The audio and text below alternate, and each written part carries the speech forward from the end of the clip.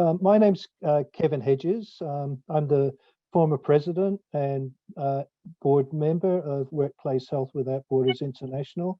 And I'm co-hosting this session with Audrey Cunningham, who leads outreach and communications. So we're sharing the co-hosting responsibility.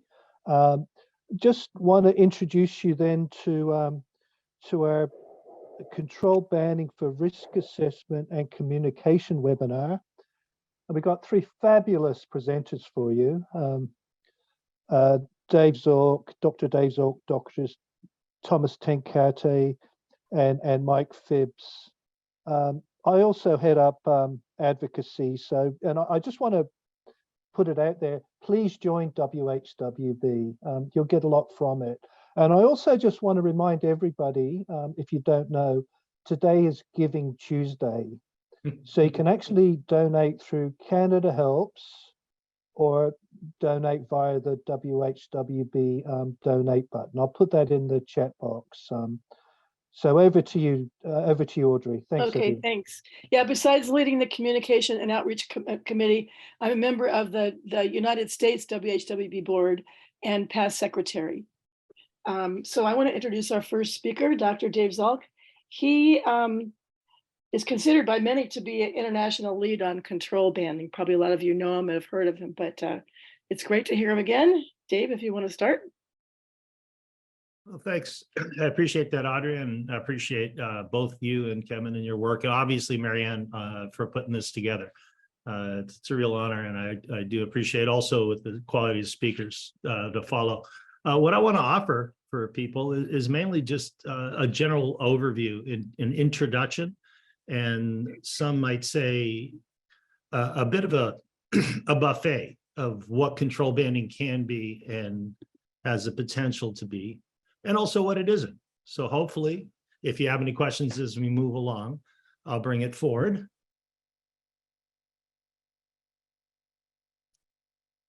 So the control banding history for me, it goes well before any work that I did. So there's a good history that I just want to share.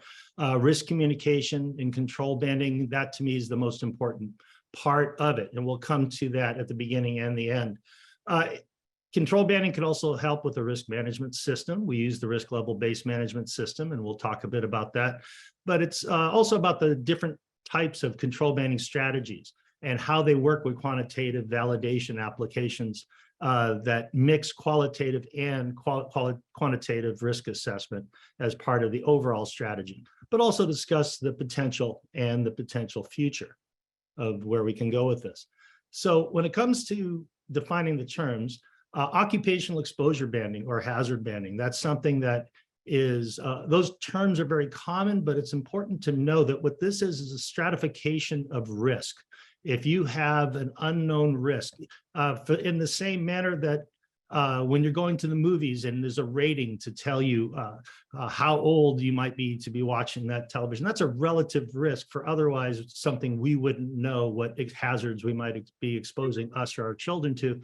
It works the same way. We like to break that risk into four. And that is, again, just identifying the relative risk of a chemical that we are looking at. Control banding takes the next step. If we have that relative risk, we also have the opportunity to potentially add a commensurate control to control that exposure or control that activity that's being performed based on existing information. So that's the difference. Hazard banding, occupational exposure banding, you're just telling the worker what their relative risk is. But control banding adds the control to it. And of course, traditional industrial hygiene or occupational hygiene, that is my profession. That's a lot of professions for the people that are on this webinar. It's the anticipation, recognition, evaluation, and control of worker health. It's actually protecting workers from any potential exposures in the workplace. That is traditionally performed quantitatively, and that's with sampling equipment and more. And we'll discuss the difference of when you might apply control banding versus traditional industrial or occupational hygiene. So the first thing is What if you have no occupational exposure limits? Well, you have no sampling methods. What do you have to communicate to your worker to know for yourself as a professional that workers are protected? Well, the short answer is with only 1,000 occupational exposure limits out there and well over 200,000 chemicals, most of our chemicals don't have exposure limits. So how do we control that? Pharmaceuticals, same type of thing. If you're in the research part of pharmaceuticals, you're working with toxicologically active components that haven't gotten put together long enough for the rats to have been given it and to see how many die. So the workers become the rats. So how do you control for pharmaceuticals when you're working with the research of them? The same goes for nanoparticulate. We have no occupational exposure basis, no tox basis. The brain can be a target organ, and we don't know how to work with that on our basic occupational exposure limit setting processes. So how does one assess the risk to those activities? And what if there are no industrial hygiene or occupational hygiene experts? There's only about 20,000 worldwide. So we've got a situation where we may have way more workers and exposures and unknown exposure limits. How do we work with the workplaces that use these chemicals? So I'm going to take a big step back in the history, and what you're looking at here is the old COSH Essentials grouping. COSH Essentials became the International Control Chemical Toolkit, became the ILO Toolkit. This application is common for all of the COSH Essentials related control banning toolkits. So if you're looking at this at a clock from 1 to 3, that's the lowest hazard grouping.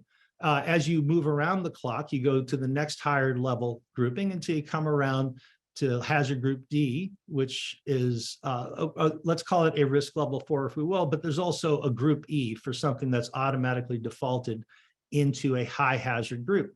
If you look at the colors to the box on the left, you can see that red is something special. That typically means we need to call in an expert, an occupational hygienist, to come in and do some assessment and sampling to find out what's the right way to control it. But if you look at the other colors, the 3 levels of 3, 2, and 1, now you're looking at controls that we can put either confirm are in place or put into place to control exposures without very much information. All we really need to know is the dispersion potential of the chemical you're working with. Now, this is for bulk liquids and bulk powders. So it's not, if you're welding, this particular version doesn't exactly fit into it. But if you have low dustiness or volatility, and that's scaled up to high dustiness or volatility, then those are the different categories for increased dispersion potential of a chemical, higher potential for exposure for the worker. And as you move around each quadrant of the clock, you can see how it's scaled up. The later in the hour that we get, the higher dispersion potential, and you can see the colors begin diverting to the next level up of control.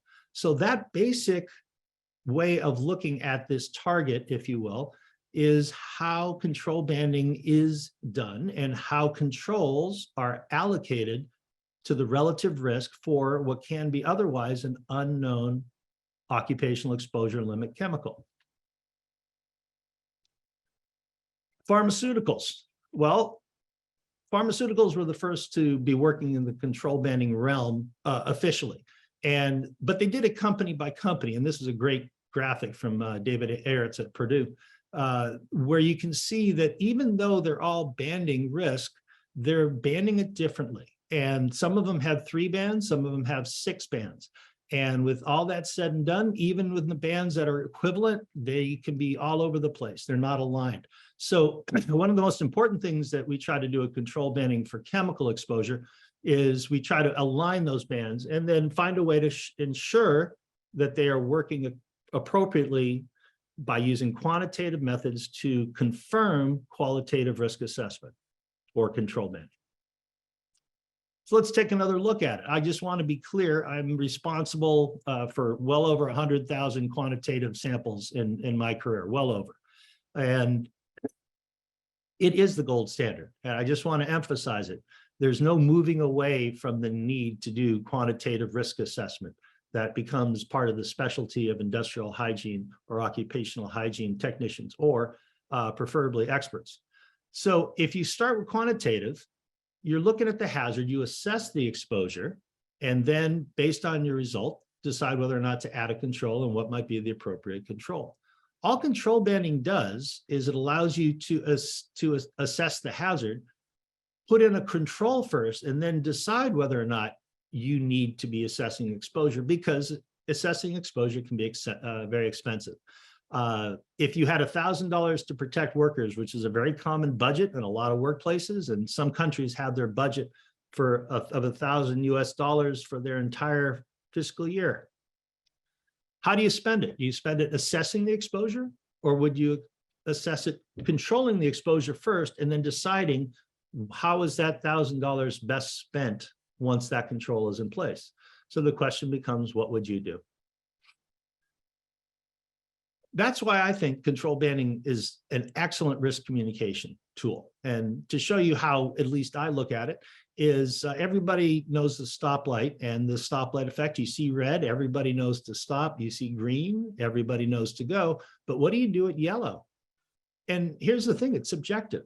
Everybody does something different. Some people stop every time, some people go, some people assess the traffic and decide, and some people look at their speed limit, check the police, and if they don't see police, they go ahead and do it. Well, that's exactly how a lot of workers see health and safety professionals. We're the police. Are they going to catch us? So how do we get around that way of thinking? So what we have here is the risk level-based management system in a nutshell. It takes the 4 risk levels, it takes yellow and divides it into risk level 3, which is closer to red, and risk level 2, which is closer to green. So we remove a lot of that subjectivity. We also have a lot of science behind a 4x4 being the highest level of getting good information in there for a result, as well as making it simple for the user to use. Now, what I want to bring your attention to is down at the bottom, you have a different code for your different risk levels. Before we were looking at controls like general ventilation or dilution. Here we have risk management controls related to a given activity. And this is how at Lawrence Livermore, we decided to look at our entire environmental health and safety program and implement relating to taking a qualitative risk assessment look at activities first, use control banding, assess it, put the controls into place, and then based on those results, determine which ones we needed to go back and sample or which ones needed quantitative sampling right away. So this used a mixture of qualitative and quantitative. Once the workers have the risk level associated with their activity, all the risk communication flows. The level of hazards present, controls, what PPE is necessary. Do they need sign-off or documentation? Do they need training or medical surveillance? And as a manager, all I wanted was the last one. I want someone, a worker especially, who has a slight change in their operation or something isn't going exactly right. I want them to pick up their phone and say, I need your advice because this started as a risk level 2 activity and I think it might become risk level 3.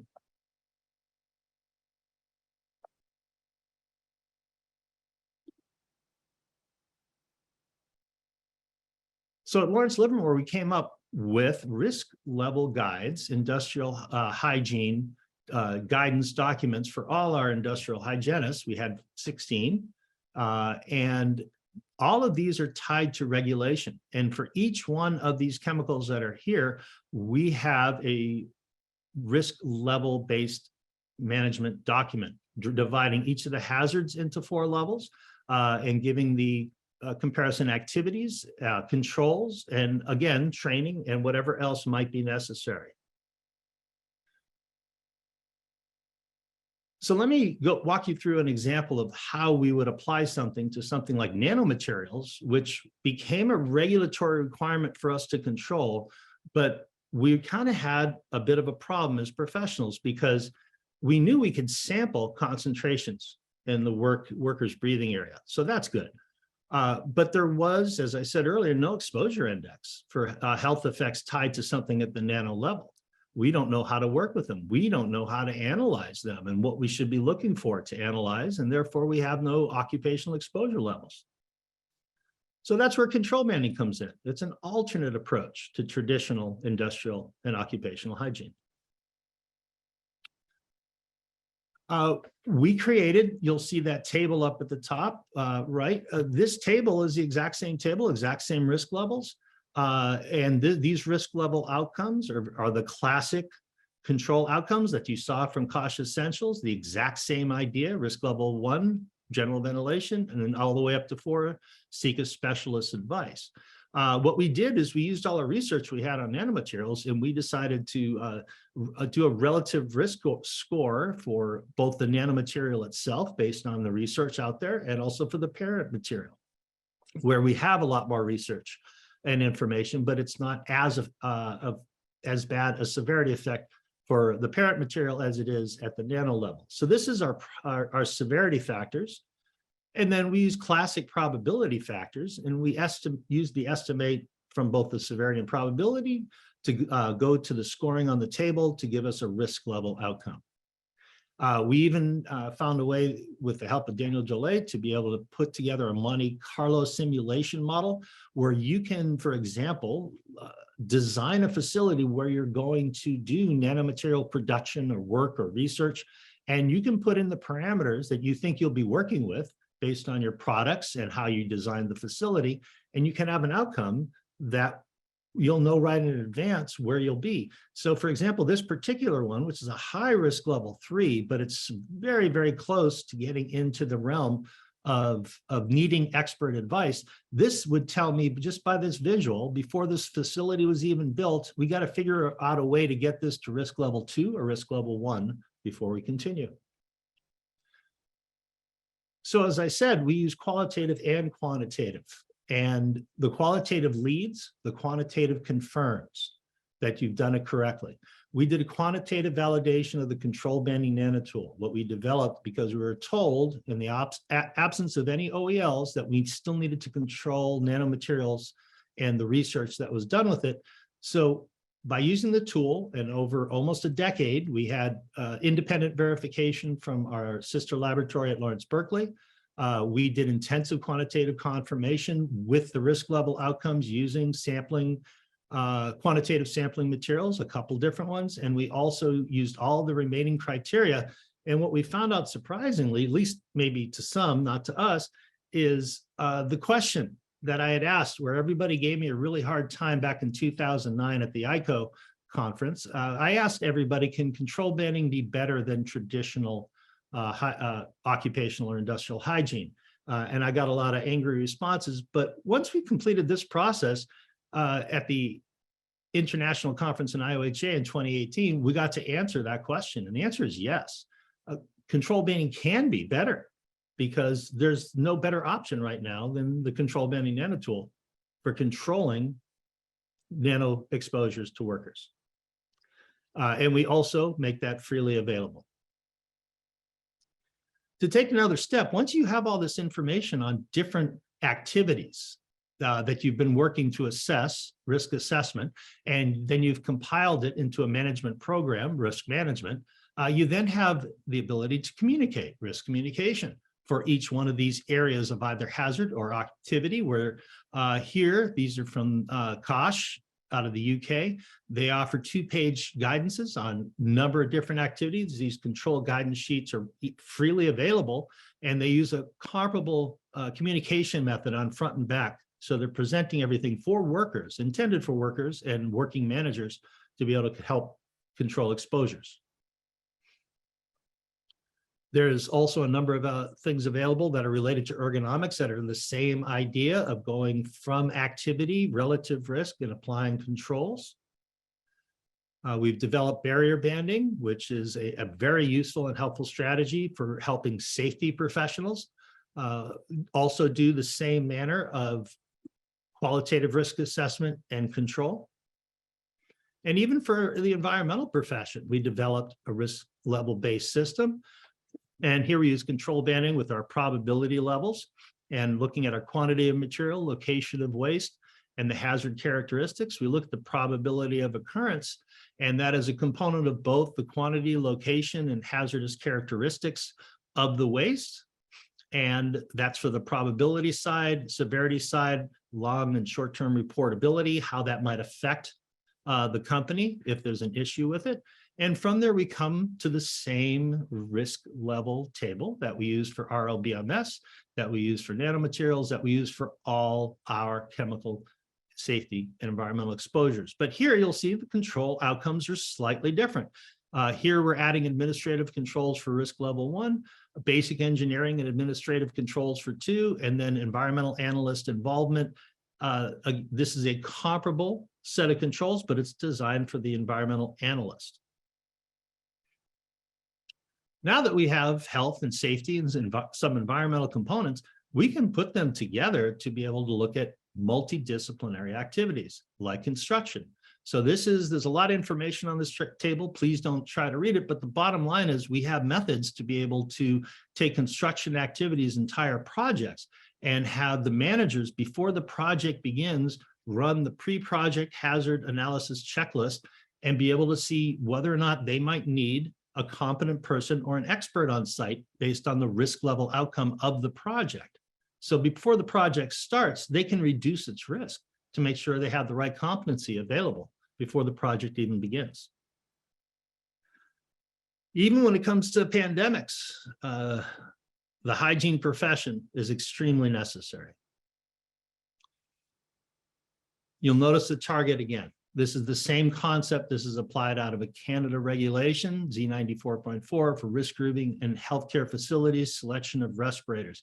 This obviously became useful for the pandemic, but this existed before, and I just wanted to show that this control banding model is also comparably designed to the original cost essentials model.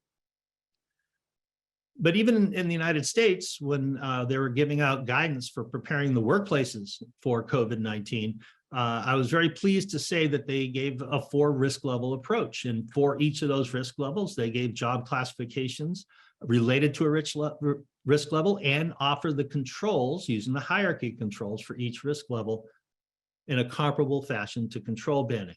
So you'd think with all of this, we're doing a fantastic job as a profession, letting ourselves be known and showing how we can be useful. But in this particular article, which was in the Synergist, which was printed before COVID-19, it's saying the biggest problem is still the same problem we face. As a profession, we're underrepresented. Not enough people know what we do and our role in response planning and how helpful we can be to ensure that workers are protected.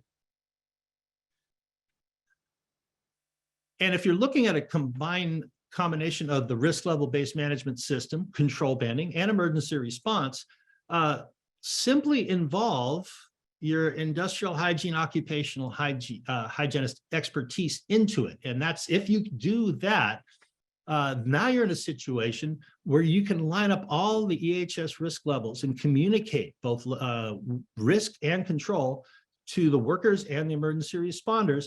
But for risk communication, for all those responding from all these different parameters of safety, from firemen to police to who knows, not just your own company and your health and safety staff, if everyone's using the same environmental health and safety language, if everybody is using that risk communication that comes from the risk level type approach, now you got consistency at a national level and you have consistent risk management across all those this is applied to. And even when you have regulation, which everybody told me when I first started over 20 years ago with control banding, yeah, but you can't use it in a place where they have regulation. And well, this is Lawrence Livermore is just a selection of how many. We have had over 1,200 regulations that are addition to what we need to comply with, which includes all the ACGIH TLDs. So we can do it. We can use control banding in a regulatory environment if you do it appropriately. Now, how do we know that? Well, we did a lot of quantitative sampling. And again, please don't read this. All this stuff, almost every page that you're looking at, I have articles available that I'll be happy to forward and send and communicate and help you in any way possible. But know that we looked at 15 different jobs, similar exposure groups, and did monitoring for each one. And we followed up on our risk level approach, which used quantitative risk assessment to assign a risk level to an activity. And then we use quantitative methods to be able to confirm that what our controls were qualitatively with control banding were indeed correct. Traditional industrial hygiene, quantitative validation. What we found is our 15 segs using Bayesian analysis, 93% of them had the exposure data show that the controls implemented quantitatively prevented overexposures, and we proved also that they achieved regulatory compliance in a highly regulated environment. We also found out that 40% of our segs were over control. And when you use control banding, over control is one of those issues you need to understand and work with. It's strengths and weaknesses. But that allows us to downgrade it and to show that at least for an occupational health and safety management system, the RLBMS is a gold standard, because we can show that it quantitatively is validated and it works. And we can answer that question again, and we can say, yes, it can be done. But at this time, what I want to say is you need to be careful. It sounds like control banding is the best thing since sliced bread. It has its strengths and it has its weaknesses. You need to know what they are. You need to have industrial hygiene, occupational hygiene expertise, because you do need to be able to do quantitative sampling to check on the level of control if you're using control banding method, or at least to follow up and ensure that those controls continue to work appropriately and workers are protected. There is no magic pill that you can use just control banding as a method without having some way of showing quantitatively that it's working at the highest level of risk. I wanted to take that step back because I wanted to head into the global perspective, which I think is as important. So we have 2.8 billion workers thereabouts in the world, and at least 10 to 15%, I should say at most 10 to 15% of these workers have access to the most basic occupational health or safety services. That's an overestimate. So that leaves at least 2.5 billion workers that have no ability to reduce occupational risk. So how do we know these workers are protected? Well, it ends up they're really not. We have 2.8 million occupational injury and disease deaths every single year. And for all that, and that huge number, if you looked at everything else that people do pay attention to, because the press does cover it, armed conflict, road traffic, HIV/AIDS, all of that is not even anywhere close to the number of people who die every year relating to their work. And even with COVID-19, one year since the pandemic was announced, you can see that not as many people in the world died from COVID-19 at that point than had died in that same point over that year from occupational injury and disease. And even then, the 2.8 million does not include those workers that had to work with COVID-19 and through COVID-19 that added to that 2.8 million. So we may never know how many people died during the COVID years as workers related to their work. So we should ask, are workers owed life? I mean, do we owe them anything? We do. I think we're all here on this conference because we agree. But the problem that frustrates me the most is that we know the solutions. We know how to fix this. We know how to prevent work-related disease and illness. We have the infrastructure to do it. We just need to be able to reach in that gap in that area in the middle right here. That's where those 2.5 billion workers are primarily that'll never see anyone like this. How do we get to them? So from a worker's perspective, they really need to know one thing every day: what's in my toolbox? And let me ask you, you're looking at this, what hazards do you see? Is it a risky activity? And if it is, how do you communicate those hazards and risks to the workers so they know what to put in their toolbox? Well, if we use a risk level approach across the different professions, we can look at a profession like construction and be able to more simply communicate and assess the risks. And this applies anywhere in the world because construction is at least 20% of all labor in every country in the world. And a lot of these techniques and activities are the same. So exposures and controls might be the same. So we can communicate the same way, but not everyone's looking at it in English or knowing how to do that. So we can go to pictograms. For the professions, we can go to the color matrix of the risk level system, risk levels 1 through 4, and we can communicate what they need in their toolbox on that day simply by clicking a button on your cell phone. We got cell phones everywhere now. So now's the right time to be able to look into a system like that. And I'm still optimistic we can use the power of the smartphone to be able to protect workers globally. And that's one of the most important things about the risk communication and aspect and control is that this is something we can do and it's in our ability to do, and it doesn't cost much.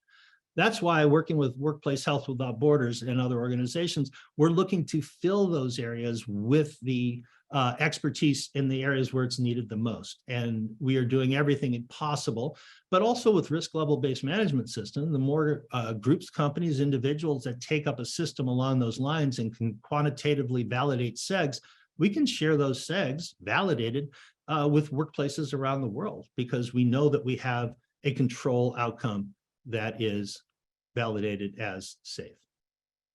And with that, I thank you for all your time. I really do appreciate the opportunity again. So thanks to Kevin and Audrey and Marianne for her efforts.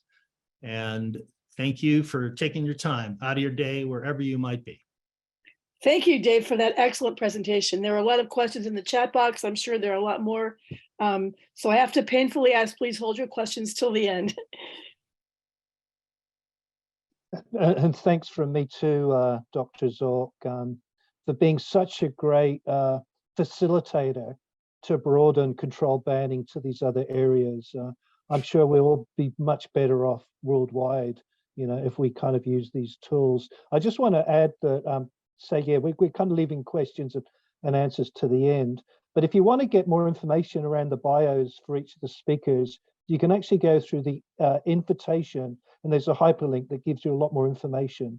So it includes the recent papers that, you know, Dave Zorc's provided. So yeah, once again, really appreciate it. So our next speaker is Dr. Thomas Tenkate, who is an associate professor from the School of Occupational Public Health, Toronto Metropolitan University is the new name. It was Ryerson. And I just need to add that you know, Dr. Tenkate, like me, is an Australian, so we share that bond. But Dr. Tenkate has done some amazing work on the chemical hazard assessment and prioritization that he's going to share with you. So over to you, Dr. Tenkate. Thank you very much. Great. Thanks very much, Kevin. Thanks to the organising group for allowing me to present today. I'm going to be talking about our CHAP tools projects, and we're talking CHAP in terms, or that's our acronym for Chemical Hazard Assessment and Prioritization. And I'm going to just sort of do a brief overview of what we've done and where we started and where we got to, and then also to do a quick demonstration of our latest tool. So and thanks. So I just want to start with just acknowledging the various research partners and funders that we've had for these various projects. We've had a series of projects that keep building on each other, but and at different stages we've had some funding to move things forward. And so I just want to acknowledge the various team members and partners and the funders. Okay, so and thanks to Dave for his great overview and discussion. As he was indicating, there's a large number of chemicals, but only a small number have authoritative exposure limits. And so, what do you do with how do you assess hazard and risk for the vast majority of chemicals and hazardous products that workers are using. And so, and for us, we really focused on small businesses and how can we provide tools for small businesses. And part of that is because in Canada, like in a number of countries, the majority of businesses are small to medium size. They employ the most number of people, and we know that from a range of studies that the smaller and medium sized businesses have challenges in terms of their health and safety.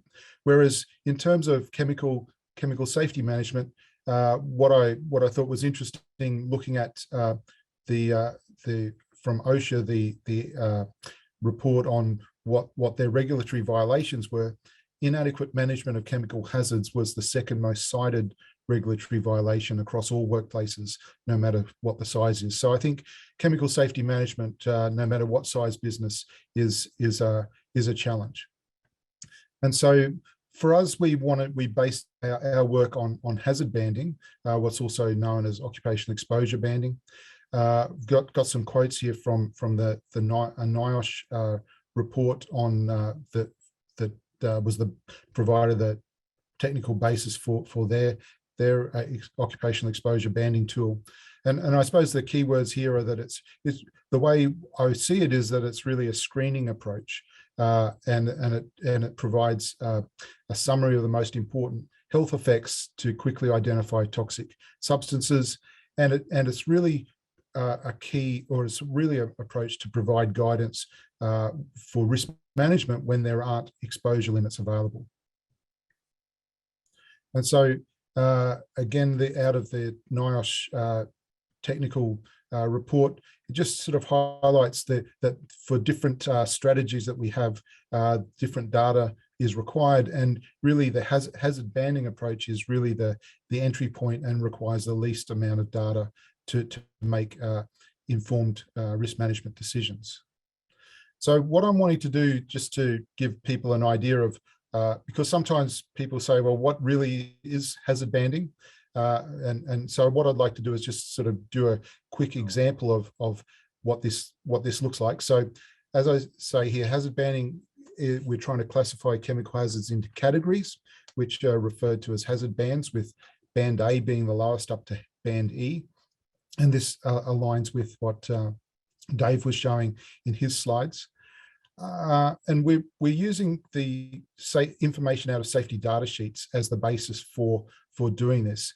And under the globally harmonized system, that the safety data sheets are supposed to be harmonized and have specific information.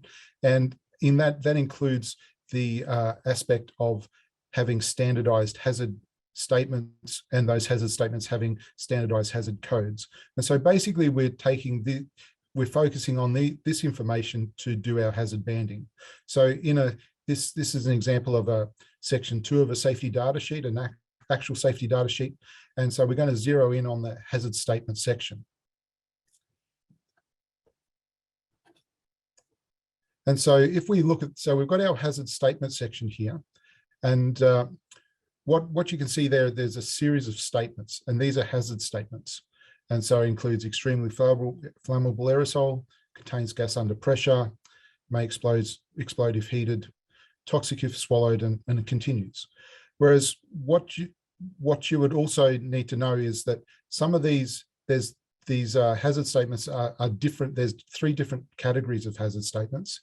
There are physical hazard statements, health hazard statements, and environmental hazard statements.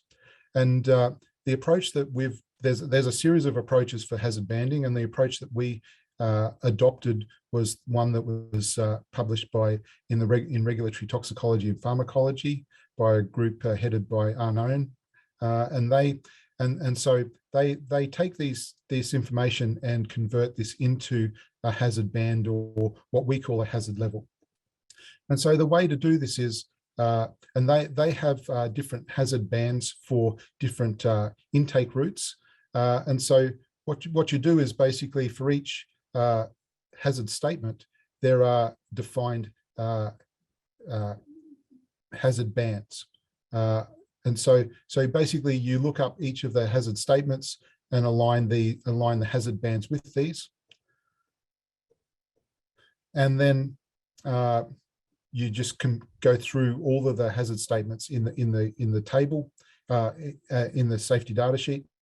And whereas for under this approach, physical hazards are grouped in with one level, one hazard band, and same with environmental hazards. So the focus is really on the health hazards. And so you get the series of hazard bands, and then you say, well, what do we do with this? You then look at the highest hazard level, what we call a hazard level for each of these intake routes. And then from that, the highest hazard level or hazard band for the chemical or product is the one that's the highest. So basically, it's a in a lot of ways it's a conservative approach, but as you can see, it sort of keeps building on each other. As I said, there's a broad range of hazard assessment and risk assessment tools available. The ones that we've developed here are called the CHAP tools, but as Dave Zolk described, the Koch Essentials is an important one that's widely used as well. And so just to give you a background on our Hazard CHAP Tools project, what we really wanted to do was develop tools to help small businesses. And we wanted to help small businesses to be able to better understand the hazards associated with the chemicals they use, to do a simple hazard and risk assessment of the chemicals they use, and to then be able to prioritize which are the most either hazardous or risky chemicals. And to do this, and so our focus is really on the assessment piece, even though we do give some guidance in broad terms on control measures, but our focus has really been on the assessment aspect. And so to be able to do this, we wanted to say, well, for small businesses, where do they get their chemical safety information from? And it's really going to be from safety data sheets. And then we wanted to link to what we call here in Canada WHMIS, was the Hazardous Materials Information System, and is the legislative requirements of what a workplace needs to do in terms of communicating hazards to chemical hazards to their workers. Whereas what we find is that generally that WHMIS training is very generic, and so we feel that as Dave was talking about before, these approaches really, as well as being an assessment approach, really lend themselves to communication, hazard communication, risk communication, and also an ability for a workplace to contextualize WHMIS for their own workplace. And this, we're trying to do this to also engage workers in the chemical assessment process. Over the number of years, we've developed 4 different tools. We started by developing a hazard assessment tool for that was a paper-based version. After trialing this and evaluating it, the feedback was that workplaces wanted something that was more electronic, and so for small business, what is appropriate, what's electronic, and so we felt the easiest thing to do is use existing software, and so we landed on using Excel, and then so we developed some spreadsheets to do hazard assessments for the 10 chemicals, what really mirrored the paper-based tool, and then also a tool that would allow an unlimited number of chemicals to be assessed in the one spreadsheet. And then from that, the businesses and the workplaces involved in the trialing these tools said that they really wanted to step it up and look at risk as well. And so we were able to get funding to develop what we call our CHAP risk tool that does a risk assessment of the 10 chemicals. And all of these are available free of charge from our website. And as I said, we're using hazard banding as the basis for all the hazard assessment of these tools. For all the tools, we used a user-centered design approach where we basically develop a trial version of the tool. We recruit workplaces to trial the tool. We go through a pre-trial and training phases, then have the workplace trial the tool, and then we go through an evaluation phase. And as this is an iterative process, we then are able to keep feeding back the information to workplaces, and it's an iterative approach. And so for our latest tool, we had 6 workplaces who worked on or participated in the evaluation and the trial, included 56 users, and through both qualitative and quantitative evaluation processes. And we end up having 58 versions of the tool before we came to the final tool. And as well as this, we've developed user guide and instructional videos. So some of the focus between, or differences between what we did and other tools, I suppose our focus was really about how can we assist small business, and small businesses said to us that they didn't want to be able to have to use a tool that required internet access, and so that meant that, and they also wanted a tool that was be able to be using existing software and that was housed on their own computers. That's sort of the criteria that we followed, and these tools allow, again, for ranking or prioritization of chemical hazards or risks, and the focus again is on assessment, and as it says there, some tools require licenses or fees, whereas our tools are free, as are some of the others. And even though we're Canadian based and trialed, we feel that the tools have international application because they're using information out of the safety data sheets, and that information is supposed to be harmonized through the GHS system. Of course, these sorts of tools, there's always going to be challenges, including because they're based on using safety data sheets, there's going to be information or issues around accuracy and completeness of the safety data sheets. That means there's going to also be sort of the garbage in, garbage out in terms of using a tool like this. Because our tools are based on existing tools, that means any limitations of the existing tools are going to flow through to our tools. Again, there's some subjectivity in this approach that some workplaces found a little bit challenging, and then there's also some technical issues about some of the software, and again, depending on the level of knowledge and experience in health and safety, some tools require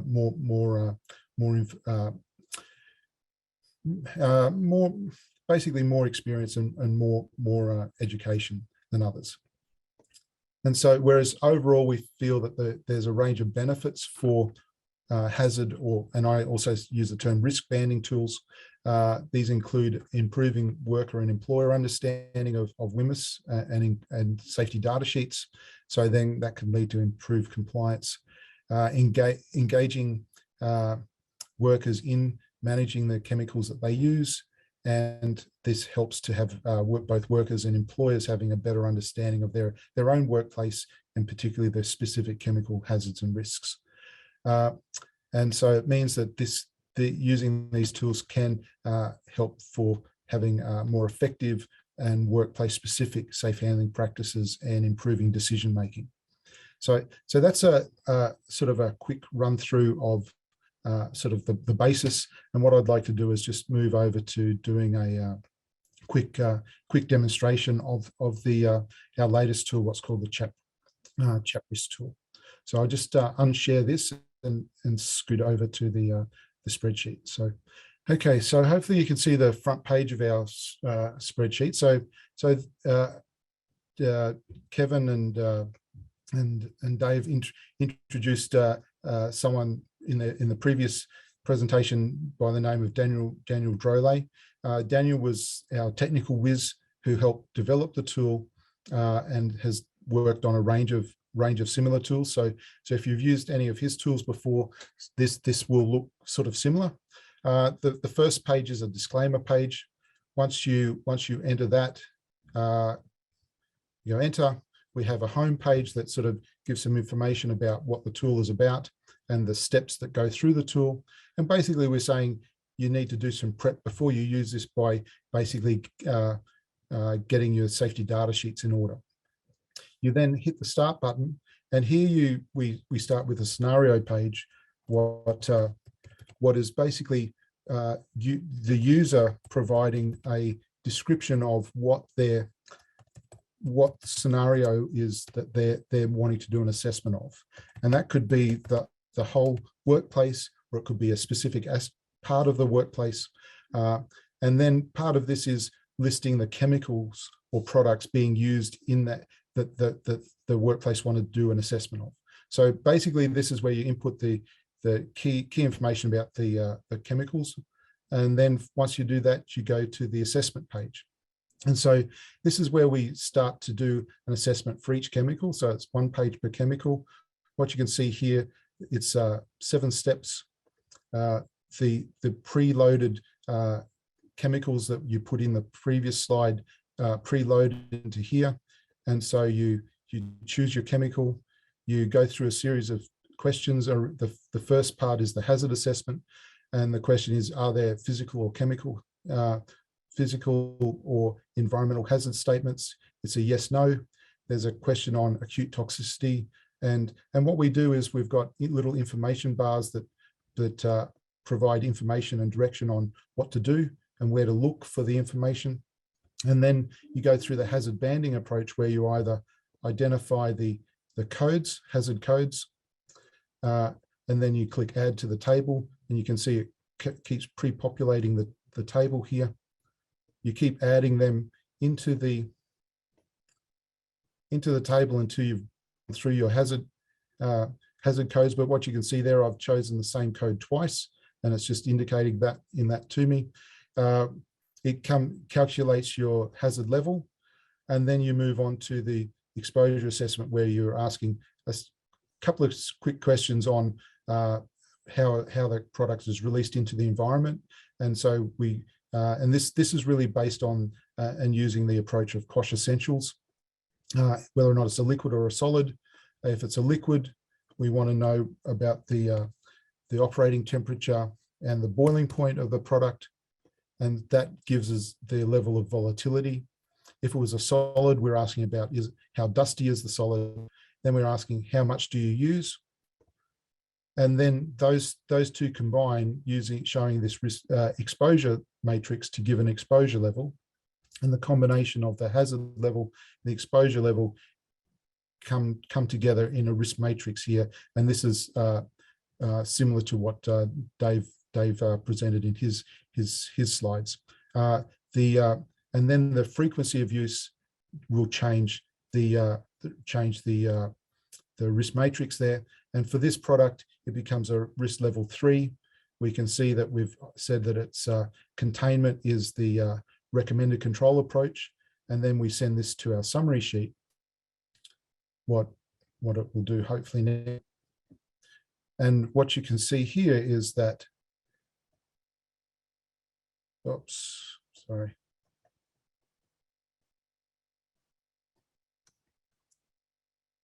So what you can see here is that each of the chemicals that you listed from your scenario will be listed here. And once you do the assessment for each, the hazard level, exposure level, and risk level, and the recommended control approach will be listed. And from this, you'll be able to get either a hazard ranking, exposure ranking, or risk ranking, and then details of a containment approach. And the last page of the spreadsheet is around controls, and just an information page on describing what the risk levels mean and what the general control approaches are. But for our perspective, our focus is on assessment, but we want to sort of give some direction about controls, but then also loop back to saying for people to really go back and look at what does the safety data sheet say for the products as well. So so what you can see is as you keep building this, you'll get a table of that gives you a series of rankings and prioritization. So that's pretty much the approach that we've taken. For us, we were not developing a system from scratch. We were really taking what was out there and trying to develop tools that are appropriate for our audience that was small businesses. And so we really try. It's really around knowledge translation and resource and tool development, and And again, there are obviously limitations, but we feel that, and that based the feedback that we have is that these sorts of tools are quite beneficial for workplaces. So that's all I was going to cover this morning, and happy to take questions, I suppose, at the end. But thank you very much. Thank you. Excellent. Thank you very much, Dr. Tenkate. And just a note, it's great that Daniel Drolet worked on this as well. Daniel's an amazing behind the scenes expert that has worked with Dave too, that talked about the nano tool. And just also, it's good to see that it's freely available on the web as well. So over to you, Audrey. Thank you. All right. So our third speaker is Mr. Mike Phibbs. You can read more about all the speakers in the notice that was sent out, but he recognized the need to predict controls based on available data without measuring concentrations. He's a change agent and chair of AIHA Control Banding Working Group. So take it away, Mike. So I'm a long-term IH, 40 plus years. And actually probably for the first 20, I was in corporate Canada, I suppose, large corporations. Certainly one was, the bulk of that was with an international chemical corporation. And I wrote probably 10,000 MSDSs or SDSs. And so to me, the garbage in, garbage out, so I get to see what those are every day. Yes, in 2000, the year 2000, I started a consulting business, and in 2003, so almost 20 years ago, I started an MSDS management business. Shortly after that, I did recognize the Kosh Essentials and the ILO. You can go to the next slide. The ILO processes. I'm not going to read these. You've already heard all of these things from Dave and Thomas. And so, I recognize the ability to apply industrial hygiene tools and industrial hygiene thinking based on information from the SDS. And actually, as GHS evolved, I watched that very closely, and as it's been implemented, because the GHS actually makes it much better for control banding, because certainly with now the new format of SDSs out right next, then we can apply the smarts to put a more of a occupational hygiene, industrial hygiene emphasis there. Certainly this is the little bit of a summary I'm going to talk about. Images have power, use them. GHS classifications have structure, use it. I will show you how we do these things. I'm being very careful not to make this a commercial presentation, but we have used these concepts in developing control banding associated with an SDS management system. I will show you, I was honored to be asked to prepare a control banding chapter for the latest version of the AIHA welding health and safety book. We will show you some of that at the near the end of the presentation, and I'll also show you Breathe Freely application out of the UK. Next slide, please.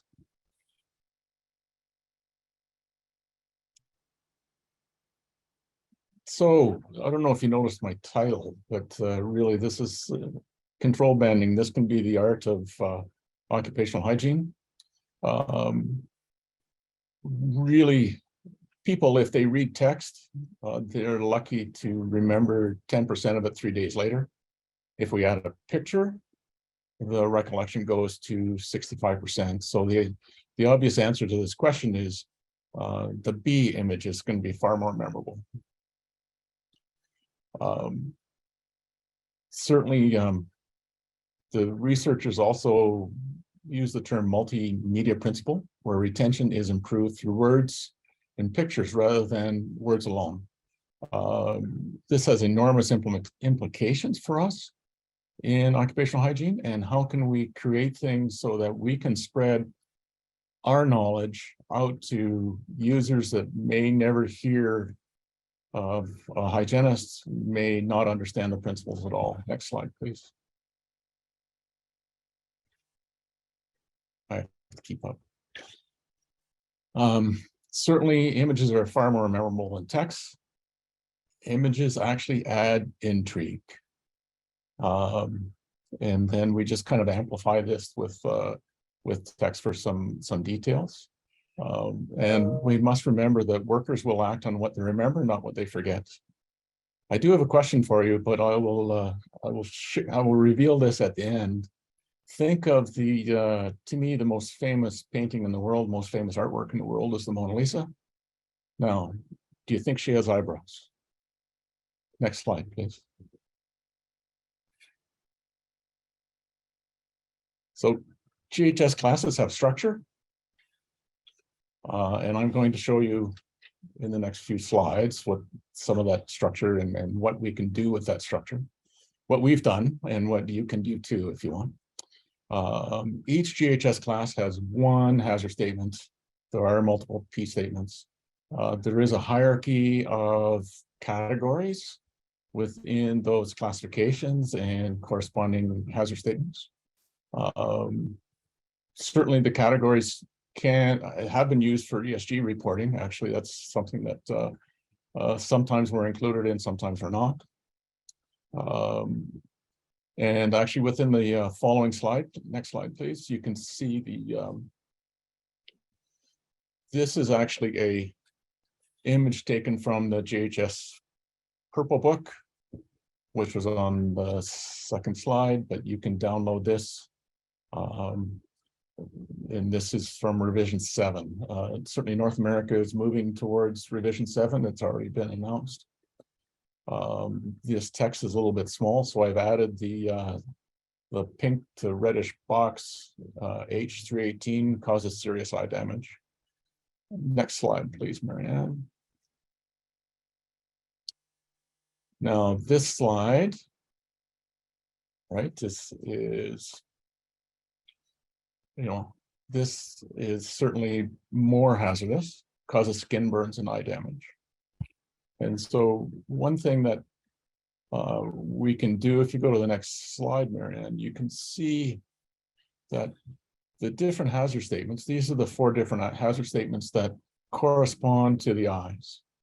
Now, one thing that we do with our clients is we get them to think about the hazard statements and what controls they want to put in place for their hazard statements.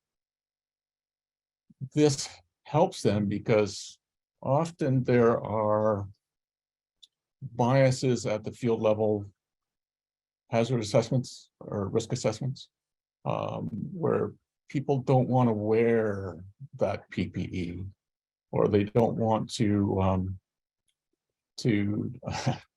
they can be bullies. I've seen bullies many times try to influence in a risk matrix. Certainly if you start at the bottom, and no, by the way, we use ISO images whenever we can.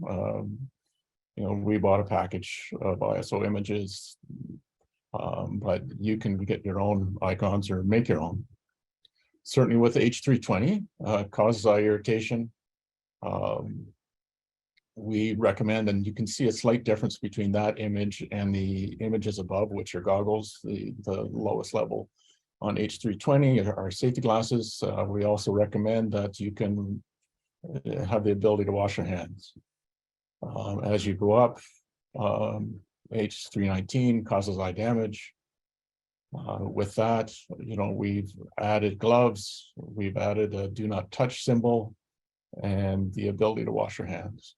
So to me, we've, again, moving up to H318, we've added the ability, we've added that you need an eye wash.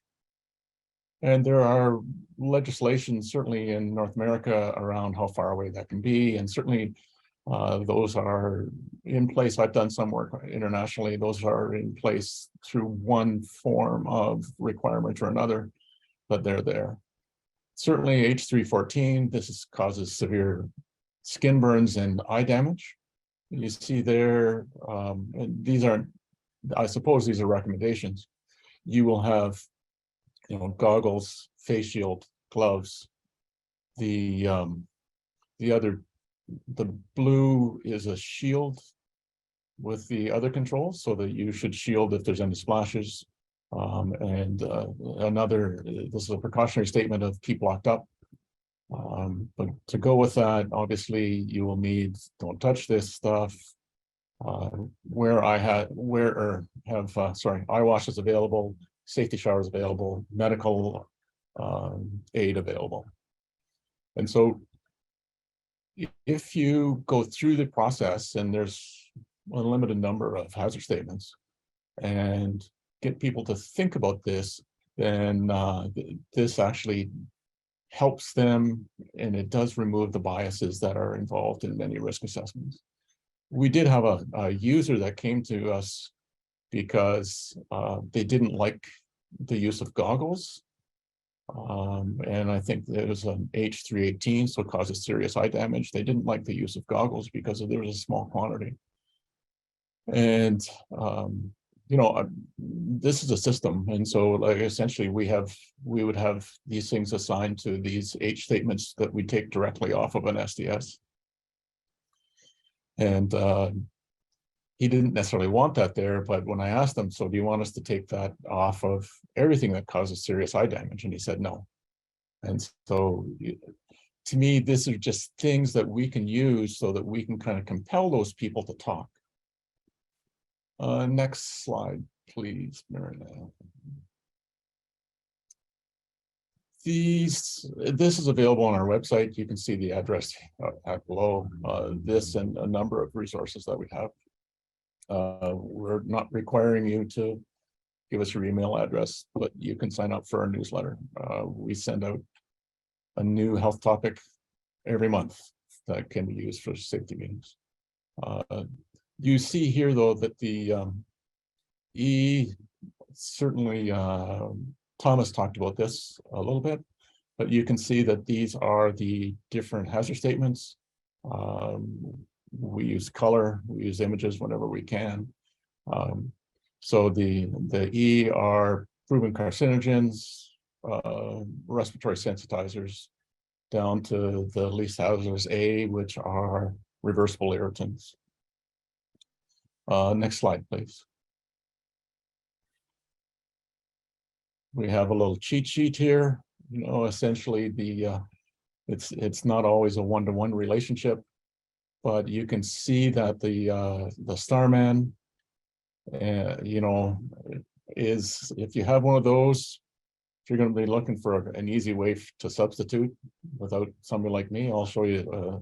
A perhaps more technical way, but if you can get rid of everything in your workplace that has a Starman on it, you're doing good. You will you'll be able to remove a lot of hazards that, in my estimation, sometimes they don't actually need to be there.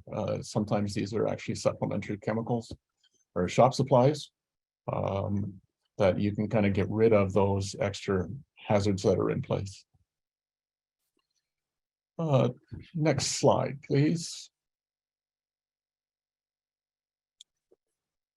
So within our system, we assign every SDS a code that looks like this E51 for an air to oil. Obviously this is translate right to that hazard band beside it, E, proven carcinogens, respiratory sensitizers. Methanol is a D, and so this, we have these numbers associated with this.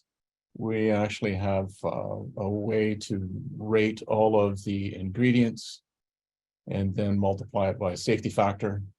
And so just by looking at this, this is probably 99 or 98.5% methanol with a safety factor of 4. So D390. Acetone is probably 99.5% acetone. I can't tell you what the active ingredient is in E31, but we do these, and then time permitting, I'll show you how we actually search the rest of our library so that we can find other chemicals, like an acetone is an acetone, but if you get in with a corrosion inhibitor or acid cleaner, then we can actually find safer chemicals. We devised this as we had people come to us and say, gee, we're looking at 3 different chemicals to do this one job. Can you tell us which is the safest? And often that is, you know, and hygienists would like to talk for days about that, but we decided to devise a method, a numerical method. Is it perfect? Absolutely not. There isn't a perfect solution out there, but certainly, as you know, Dave pointed out, if you understand the ramifications, then you can kind of move forward. But actually, if 95% of our users are not hygienists, and so to me, we can kind of steer them in the right direction. Next slide, please. This information is also available on your supplier labels. This would be a hazard group C. And you can see, and actually, there's a direct correlation. Next slide, please, Marianne. There's a direct correlation between the classification and the hazard statements. And so you can see that, you know, the green aligns with the green, the orange aligns with the orange, yellow with the yellow, pink with the pink. You can do these types of things without an SDS. We just use an SDS. I will very quickly, next slide, please, Marianne. And then you can, actually, there's a little arrow that you can push for. One more. These are slides from the ILO control banding methodology. I actually wrote away and got permission to use their methods. Now that we know that, we certainly know that this has evolved from Kosh Essentials. Kosh Essentials has continued to evolve where you know, the ILO system has not. Next slide, please, Marianne. Oh, this is, you can test this on site yourself. Next slide, please, Marianne. This will be C. One more time, and then we'll pick medium. One more time. This is a graphic that very similar to what you saw in the last 2 presentations. This is directly off their website. Excuse me. Next slide, Marianne. To me, I think the most important aspect of what we can do is we can help employees control these things. And you know, the control guidance sheets that, you know, Dave had a slide on. Next slide. This is just kind of how you would go through this ILO tool. And control banding. And certainly, you know, I certainly like this quote here, you know, a strategy allows you to discern an opportunity from a distraction. There's a lot of distractions out there, folks. One thing that we have to do is, if we keep our focus on controlling exposures, I know that's quite different than many in industrial hygiene, occupational hygiene, because everybody wants to measure everything, or, you know, as Dave puts it, you know, that's the gold standard, and it certainly is. But certainly our point is to protect the workers' health. And, you know, there are very many elements to strategies to deal with that. One thing that I did learn from Dave's writing, I believe was in Patty's, that, you know, with Kosh Essentials, their guidance sheets are fantastic. They're freely available, and there's 20,000 downloads a month. And so, like, just the structure of those will help you control exposures. The next slide, please, Marianne. This is just what their website looks like. You can go in and you can find more and more detailed guidance documents within them. And, you know, I can't do a better job than Dave did in this description of what those guidance documents, direct advice sheets look like. But really, if your goal is to control exposures, then sometimes you can actually do that without sampling. Actually, we did have a situation. I'm a certified industrial hygienist. I have another certified industrial hygienist that works with us, Angela Wheeler. And we had a client that almost insisted on us going and measuring. And actually, after we measured, our advice was the same as the advice that we developed with our control banding system. Next, we call our control banding system CHAMP for chemical assessment or hazard assessment and management program. This is the matrix that we have, although I must admit that we do not show this just because there's an awful lot of argument around whether or not something should fit into a category. The A through E are all, across the y-axis. You can see that.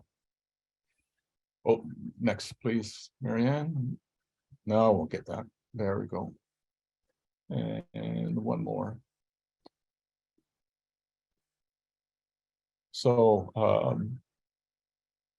to me, up the y-axis is A through E. On the x-axis is the exposure potential. The one that we're showing you is based on the dust, as Dave indicated. This are just slightly modified. There's a slight modification for the liquids. We built that in. This is for presentation purposes. We identify the control bands with, from the bottom is the green, which is natural control band 1 or risk level 1. Natural general ventilation, then the yellow LED, orange is containment, and the red is seek expert advice. We believe that that should also include containment. Next slide, please, Marianne. So natural ventilation is the first, and certainly it's a low risk level 1. This does not mean you do nothing. This means that you need to have unrestricted access to fresh air. The fresh air should come across the worker's breathing zone, probably 4 to 5 air changes an hour. You need some good practices in place. In other words, prompt spill cleanups. You shouldn't have any open vats of chemicals that aren't cleaned up. You should have processes in place to train and to ensure your exposure control measures are known and used. Standard PPE, coveralls, safety glasses and gloves. Next slide, please. So control approach 2, medium risk level 2, it's all the same. This is local exhaust ventilation, obviously. There does need to be some validation. I've actually, the Cost Essentials guidance documents are excellent.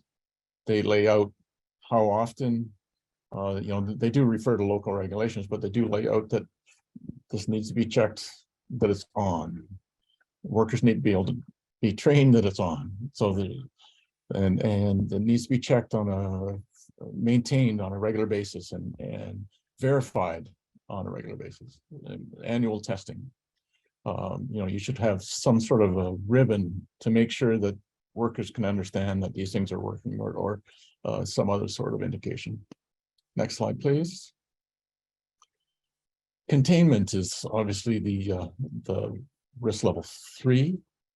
So it's high. That's, you're either isolating the exposures, you're isolating the people from the, say, dust, or you're isolating the dust from the people. This is heavy on process design. There should be a negative pressure going the right way so that the workers are in the positive pressure rather than the other way around, so that the any leaks will be fresh air going towards the contaminant, and the people are not where the contaminants are. You should have work permits to open your process vessels. There should be, really, this is isolation. of either the workers or the chemicals. Next slide, please. Really, when it is expert advice, this is when you connect with, hopefully, people call a hygienist to deal with that. There should be multiple and layered control strategies. You learned about that from Dave. Some sort of exposure control plans, medical fitness, obviously preventive maintenance programs. Certainly, this is a whole myriad of controls, and really this is something that should be looked at a minimum annually, just to make sure that these things are in place. If there is containment, there should be some sort of regularly scheduled monitoring to look at, just to confirm that these controls are in place. Next slide, please. If you look at these graphics, this is one thing that this is our construct. This is not Cost Central's construct. But if you have a risk level 3 situation and you do not have risk level 3 controls, and you only have natural ventilation controls, then we actually recommend that full face piece respirators should be worn.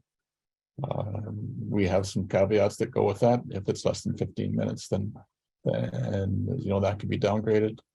If it's a risk level 3, so if this should be contained and all you have is a local exhaust ventilation, this automatically will recommend a half face respirator. The reason that we've done this is that we have clients that have 10,000 employees and 2 hygienists. They can't be everywhere. The supervisors might be fantastic welders and they're promoted to be the welding shop foreman. That doesn't mean that they understand all the things that a hygienist does. And the point of our CHEMP system is to actually allow hygiene advice when a hygienist is not there. Next, please. This is a smart chart. Yes, we've registered that term. This one identifies standard PPE and controls at the bottom for the site, and then the product name, product use, hazard classes, that hazard score. If it's skin notation, exposure controls, and target organs. And so the reason that the target organs are there is that if someone has perhaps liver issues or kidney issues, if they see that, they should know that more protection is probably required for them. Like I told you, we've linked this with an SDS management system. We have different locations. At this particular location, these are the SDSs for the chemicals that are there. To me, this product here is containment, requires containment. All they have is natural ventilation. These things are recommended. If there's less than 15 minutes of exposure, a half face respirator with acid gas cartridges, full face respirator with this. So what we can do, and I will show you a chemical approval where you will see that we will include the PPE associated with the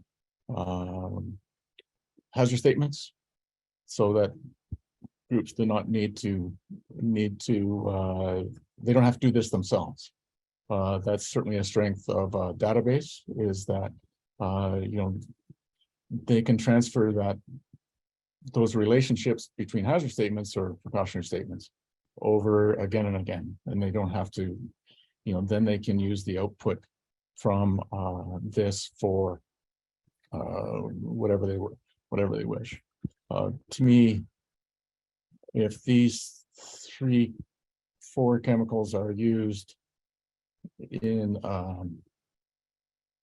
a operation, to me, the exposure control smart chart that I showed before. Oh, sorry.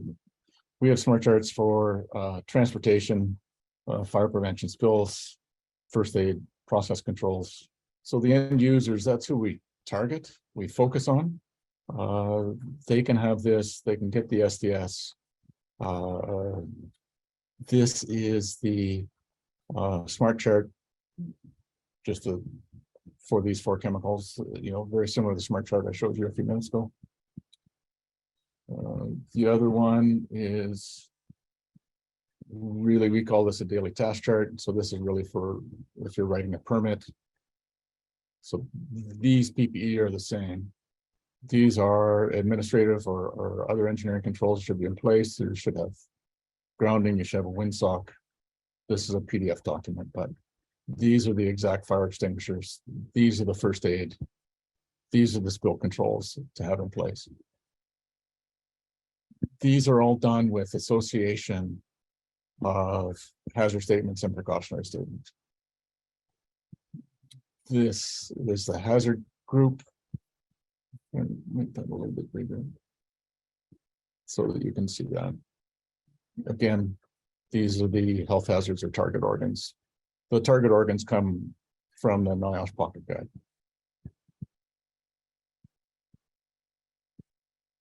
That's the end point. I prepped this, but just in the essence of so that we can keep time going. Yes, I know this is complex. We train our users just do this. This is a corrosion inhibitor. To me, if this is being used in medium quantities, this is that hazard code. You can see at medium quantities, this requires containment. Medium quantities are defined, but it is, grams, sorry. Medium will be kilograms per day or liters per day. Small would be grams or mils per day. And large would be tons or cubic meters per day. These are cost essential constructs. We collect what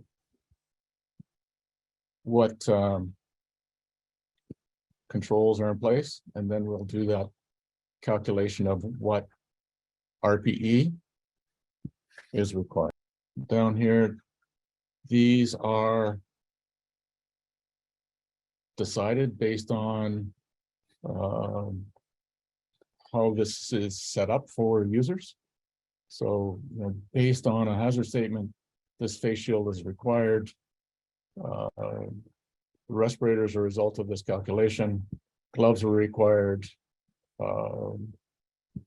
We specify that, but to me, these are things that you can pre-think through,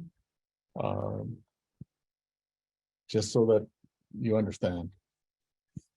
This calculation comes from, this is 5% morpholine, 3% of something that's not classified. Then we do this calculation here for C15. The guidance documents are here. This is just, thank you, Kevin, for that. We do these, then the risk assessment is in place. These are predicted concentrations based on work from Kosh and validated, and you can see the validation in the, if you buy that text, those references are there. Okay, next one down, RPE strategy for welding. You can see this is a chart that's very helpful that we've got a lot of positive feedback on. High fume emitters, welders and helpers, because they're in there, require a PAPR with a cape and a HEPA filter. Bystanders, half face with a P100. Done. One table down, I'll quickly talk about this. I've taken Mike Harris's PDC several times and actually somebody in the audience asked, why is it when I measured welding exposures that I only got 1 metal and I anticipated 3? And off the top of Mike's head, he said, that's because the boiling point is so much lower. So when I created this, I evolved Mike's spreadsheet of all the different metals. And I added things like the H statements. I added things like that hazard group, melting point, boiling point, and target organs. I would think that pretty well everybody knows what to do if you have common target organs. I think we don't have time, but if you, next slide, please, people can go to, okay, summary. Images have power, use them. Control banding, use it, it helps. Risk level differences can calculate the need for RPE. Down again, these are some references. And then we'll answer the question. This is whether or not the Mona Lisa has eyebrows. Now, I want to ask a question. How many people checked whether or not the Mona Lisa has eyebrows? I That's did. part of the intrigue of an image, because it got you to think. And so if we can get those people to think, and if we can get them to apply those control guidance documents, I want that number of that Dave pointed out as 2.8 to go down dramatically, as we all do. Okay, thank you. And for Mr. Bean fans, I don't know if you've seen that movie or not, but here's a little quote by me. There's my contact information. Sorry if I've gone over time.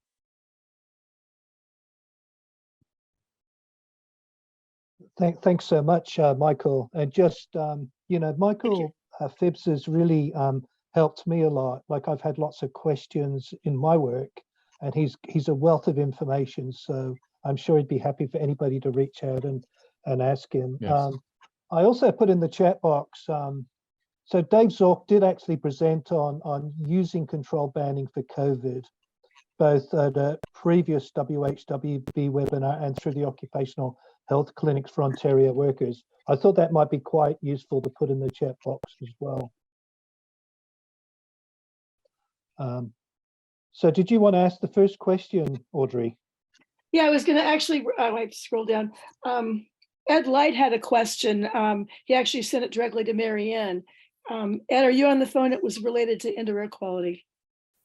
Let's see if I can scroll down. Back, oops. Try to find it. Sorry, I'm scrolling. Here if he wants to talk, but if not, you can read what he's. Yeah, I'm just scrolling down. We got a lot of comments. Yeah, he's here. He is here. Oh, Ed, could you repeat your question if you can remember? It was from earlier. Oh, okay. I finally unmuted myself. Thank you. So my specialty in industrial occupational hygiene for 40 years has been indoor air quality. And it's the idea of control banding seems very applicable. The general approach most of you guys take when you have an indoor air quality problem is, what am I going to sample? What am I going to compare it to? And for many reasons, that absolutely does not apply or give you realistic answers.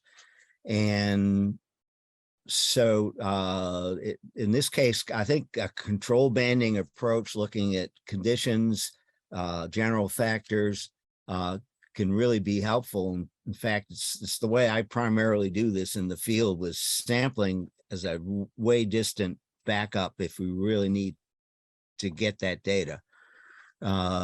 So I'm interested in this. I have a article coming out in the next ASHRAE journal talking about the problems of a standard industrial hygiene approach to sampling and looking at standards for indoor air quality, and would be glad to talk about this and see what we can do. assessing COVID through CO2 and tracer sampling is a huge example now of how this approach does not work and needs control banding.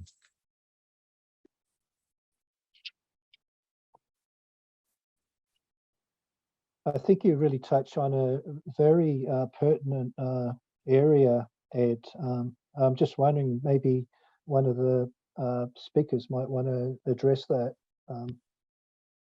as well. Well, I'll go ahead and take a stab, although I don't know anything specific to indoor air quality and control banding together, like a tool that's out there.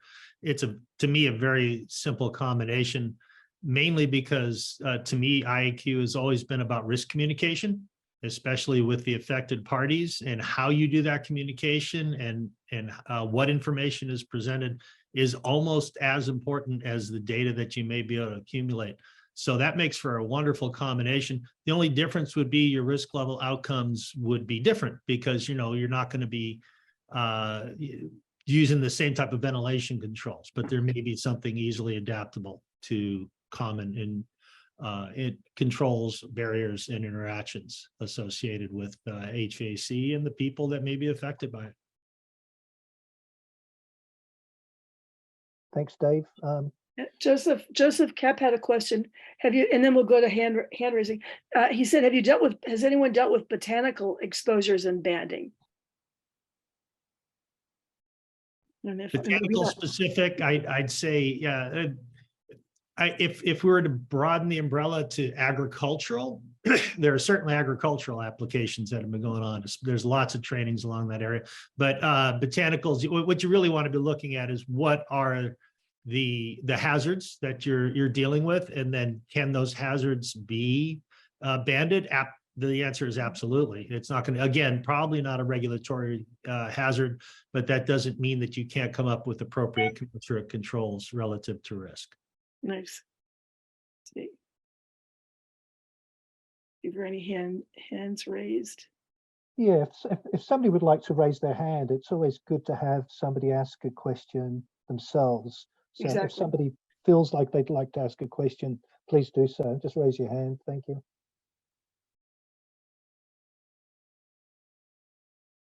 Yeah, I'm not seeing any. I'll go to the next question in the chat room. And just while you're doing that, I can just, Audrey, I can just say that there seems to be a lot of focus now on using control banding for indoor air quality. And as a colleague of mine calls it, indoor environmental quality.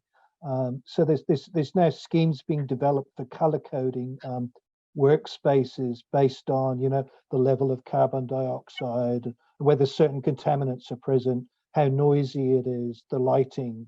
So it seems to be, and I know I saw something come from John Hopkins, and I'll have to dig out the paper, but it was using what they call a tail approach for using control banding for indoor air quality. I just thought I'd add that to the mix as well. But if anybody wants more information on that, please email. I see Ed sort of send me his email as well, and I can share that with them as well. Alan Doyle had a question. If you're still on the line, Alan, step up. Some SDSs list the GHS codes instead of a list of text descriptions that the user has to look up. Others have the list of GHS codes. Are you on the line still, Alan?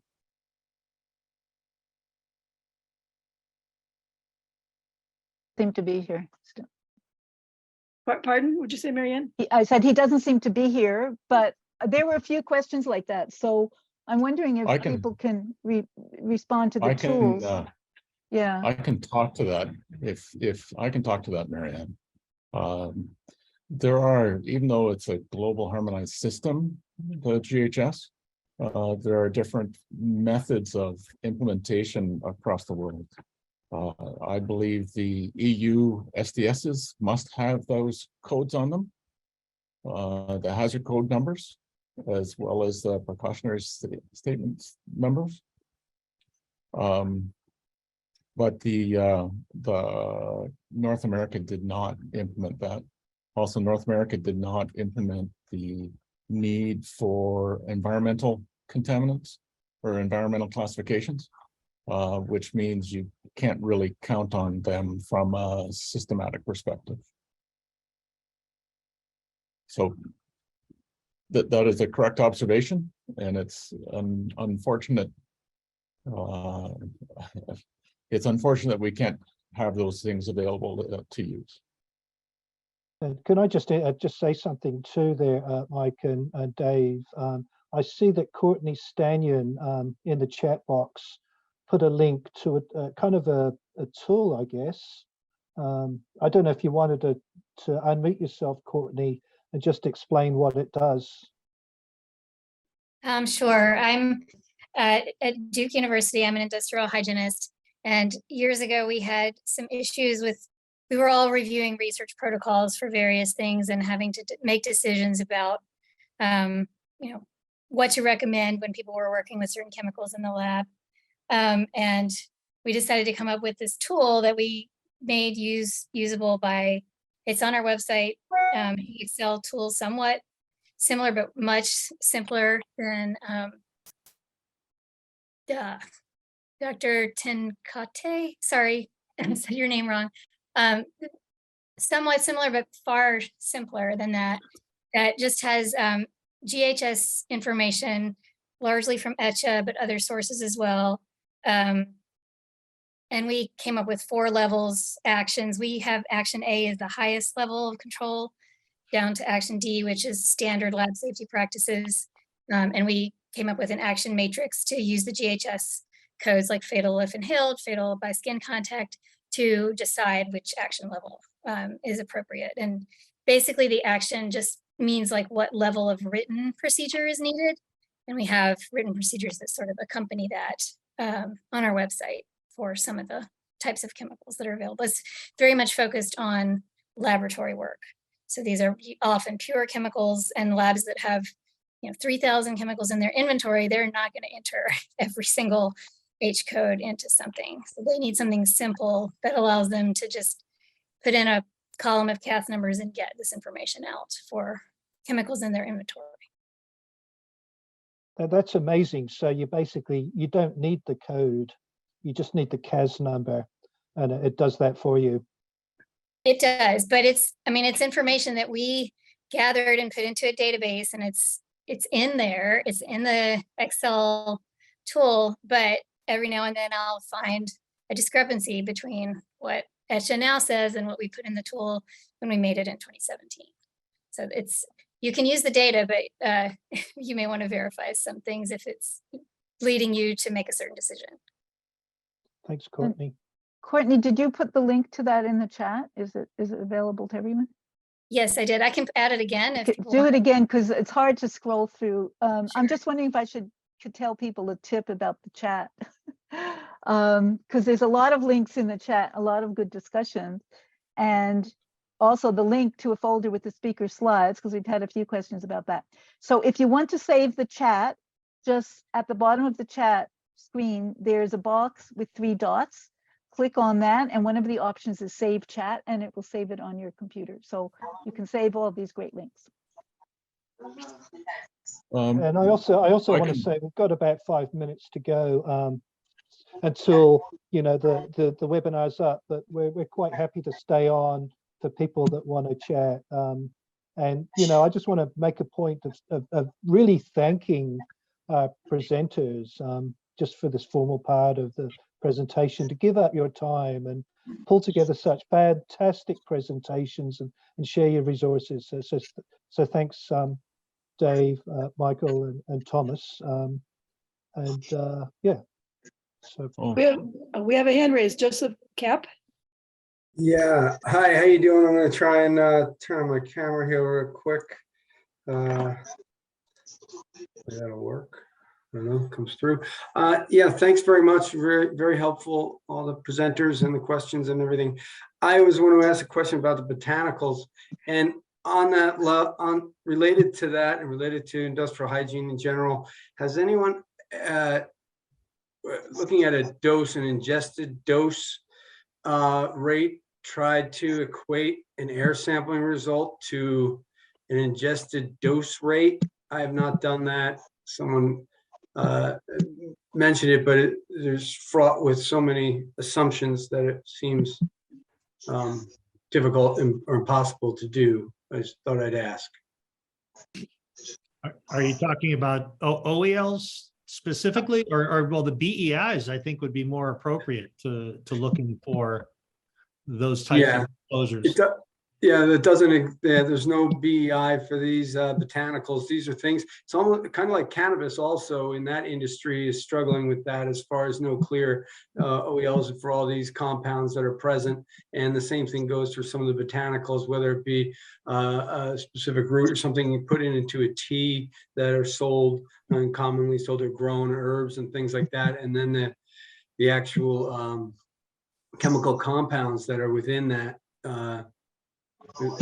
ginger root or something like that, or the green tea, things along those lines. So sometimes where they sell tablets or capsules and things, or the concentrated, and so that was the struggle without the OEL. But thank you. Well, it's a great question. Anyone who asks me, can we do a control banding for something? The answer is always yes.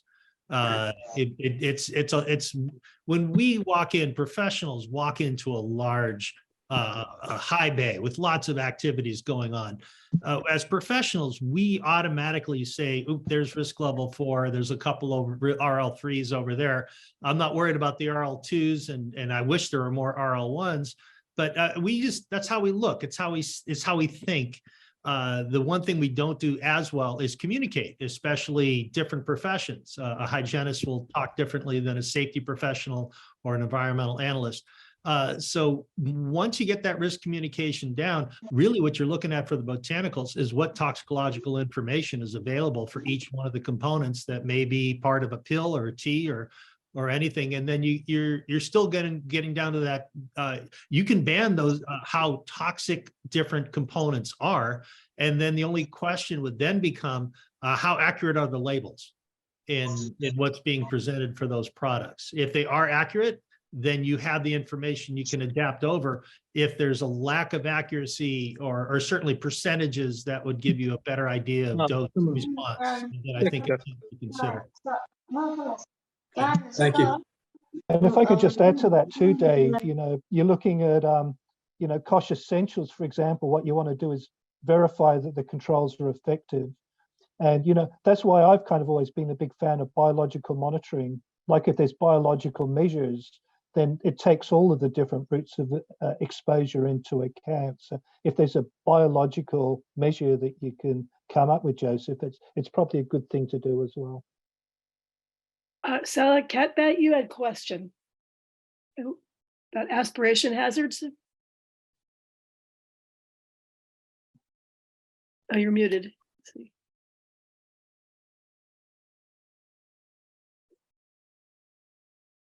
Question from Sally to Marianne. Aspiration hazards is assigned by Starman and GHS.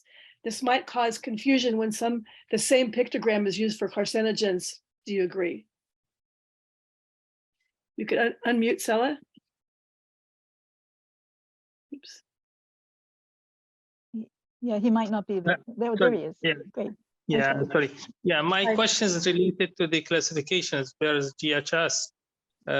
We have the aspiration, which is again, for example, kerosene is assigned with the pictogram with the Starman. At the same time, we have all the classification for carcinogen, mutagen, reproductive toxins. They have assigned the same. And in the presentation, we have seen that we are trying to eliminate whenever we have the Starman or the pictogram related to the health hazards. With that, we try to avoid it. But this might cause confusion when we are talking about the aspiration hazards, while we are talking about also other type of long-term effects, carcinogen, etc. So I'd like to have a comment from our presenters if they have any comment in this. Do they agree that this might cause confusion, or this is correctly assigned in GHS?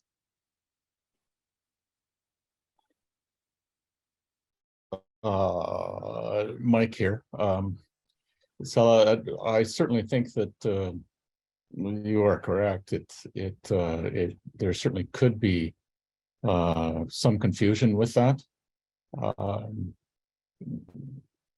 But I'm not certain we can do anything about it, right? So the GHS did assign that. I'm going on the assumption that you understand, that control banding is, or at least what's been presented today, is more about inhalation. But there's a lot of we're better off with GHS, but there is a lot of decisions they had to make. That's probably why it took so long for them to get that out the door. So I don't imagine they'll be changing that anytime soon, but certainly, you can go to the UN to ask. That's a really good point, Mike.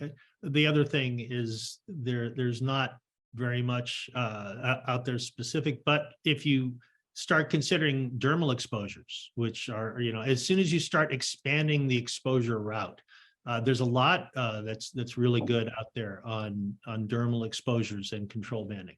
So, once you start following down that pathway of different routes of exposure, and it's usually related to task, and then you have the chemicals related to the tasks. Now you can combine potential for airborne, dermal, and then whatever other type of exposure might be inherent to the task.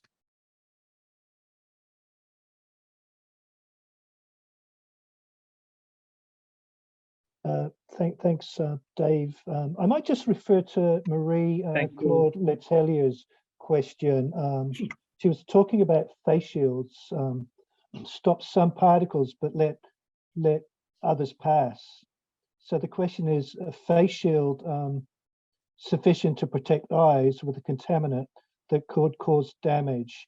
And I know Claudina Noguera has already answered the question, but I thought I'd just read it out anyway, just so everybody can look at this.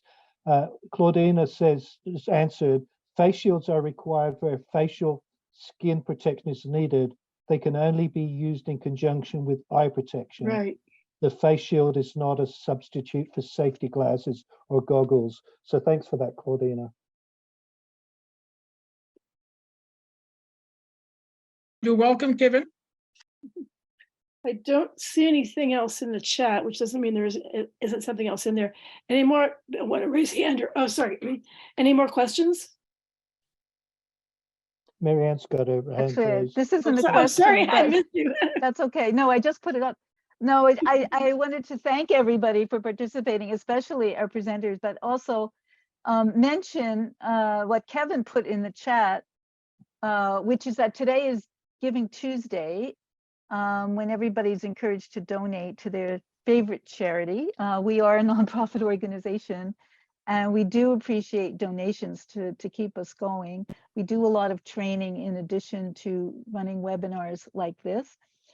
So if it's possible, we do have links. There are links in the chat. There are links in the invitation that was sent. And today, if you donate through Canada Helps, they will top up the donation by 1% and enter a contest to get a gift card to give $5,000 to a charity of your choice, which if you win, it would be great. It was us. As well, you can donate to our other branches who are represented here today, at least 2 of them, US branch and the UK branch. So that's just a pitch. We do very much appreciate participation, all the volunteers and donations. Thank you. And Yeah, thank you so much to our speakers. Really appreciate it.